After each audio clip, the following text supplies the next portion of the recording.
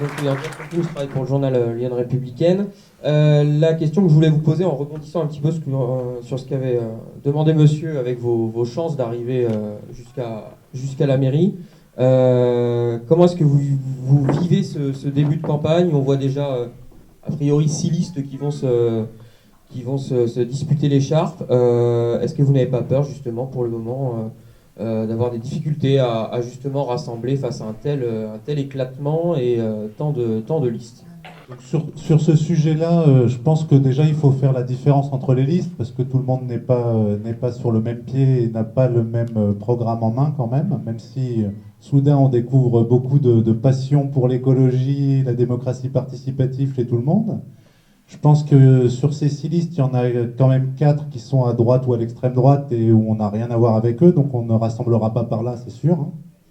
La dernière liste qui est aussi alignée, c'est celle du bon sens. Il y a quelques personnes qui nous ont fait la gentillesse de venir aujourd'hui. C'est une liste avec laquelle on échange depuis longtemps, depuis le début de l'été.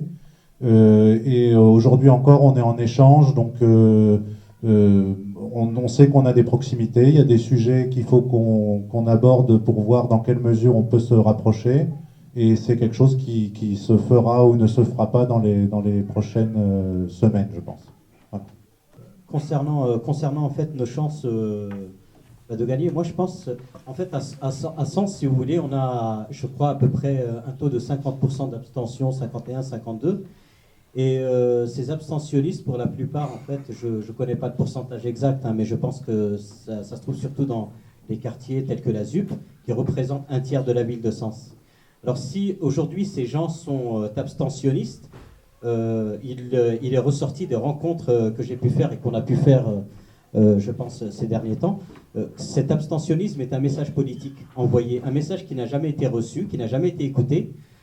Aujourd'hui, je pense que cette dynamique positive leur parle à ces populations, c'est laissé pour compte. Moi, je vis à la ZUP, à l'avenue de la Marne. J'ai, de par mon expérience professionnelle, travaillé dans une municipalité en région parisienne où il existait énormément de choses qui ne nécessitaient pas forcément énormément de moyens. Ce sont des choses qui sont qu'on peut facilement mettre en place. Et pour nos enfants, pour les retraités, alors par le biais d'ateliers intergénérationnels, de sorties intergénérationnelles, ce genre de choses. Moi, j'ai aujourd'hui 3 enfants à Sens et mon engagement, en fait, il part de là. Il part du fait que j'habite dans un quartier où il n'y a absolument rien pour nous, absolument rien. Et donc aujourd'hui, mes enfants, je suis obligé de les garder chez moi parce que rien ne leur est proposé.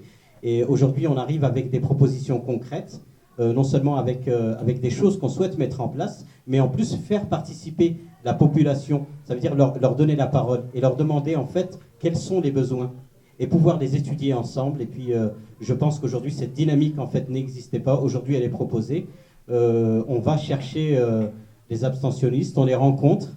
On a réussi à en convaincre pas mal de s'inscrire sur les listes. Le travail continue. Voilà, je sais que ça sera un travail acharné. On y est préparé, on est prêt, et puis on ira jusqu'au bout. La mère de toutes les batailles.